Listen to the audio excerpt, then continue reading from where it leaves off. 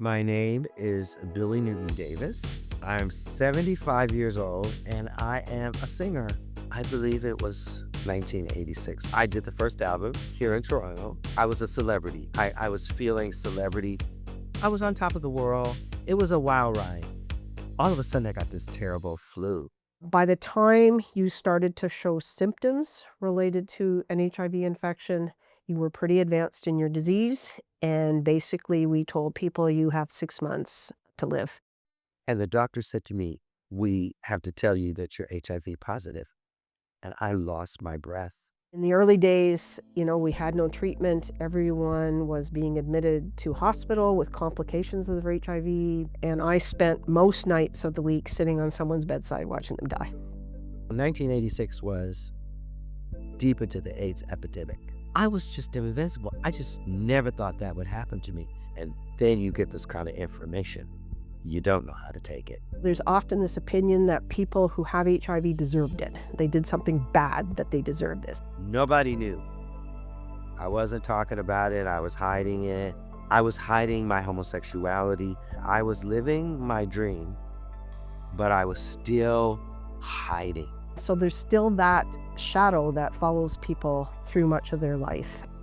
Anyway, I meet my partner in August of '94. And I just fell in love with him. And I told him everything, all about me. I said, I'm HIV positive. Ian saw that my health was failing. And Ian says to me, "You need to see a doctor."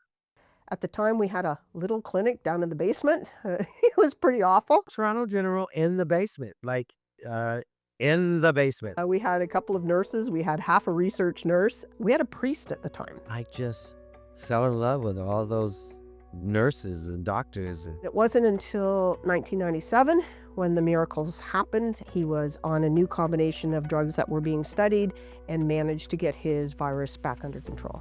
When we started to use the triple therapy for people, we literally raised them from the dead. And you would see people get incredibly better in a very short period of time. I started singing. I started singing at the church. I started blossoming. I started talking about it.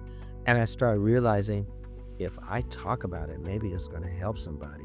This is the first generation of people aging with HIV. So a lot of the things that we do, like social workers, the pharmacy, and the nursing, is trying to support patients, getting them to their appointments, making sure that they're getting their medications, and the follow-up, because there isn't always someone with them to support them.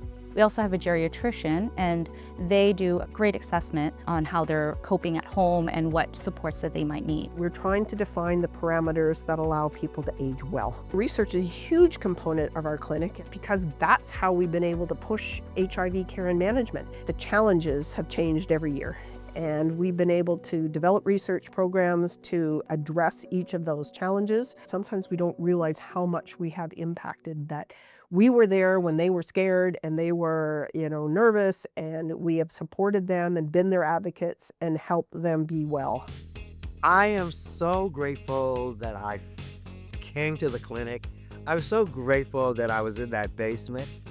He's a singer and he's still out there doing his thing. And I think that when we met, that would never have been a reality. Be joyful so that you're open to great advice, great situations. Now, a new patient who walks in the office, we get them on treatment early. We tell them life expectancy is normal.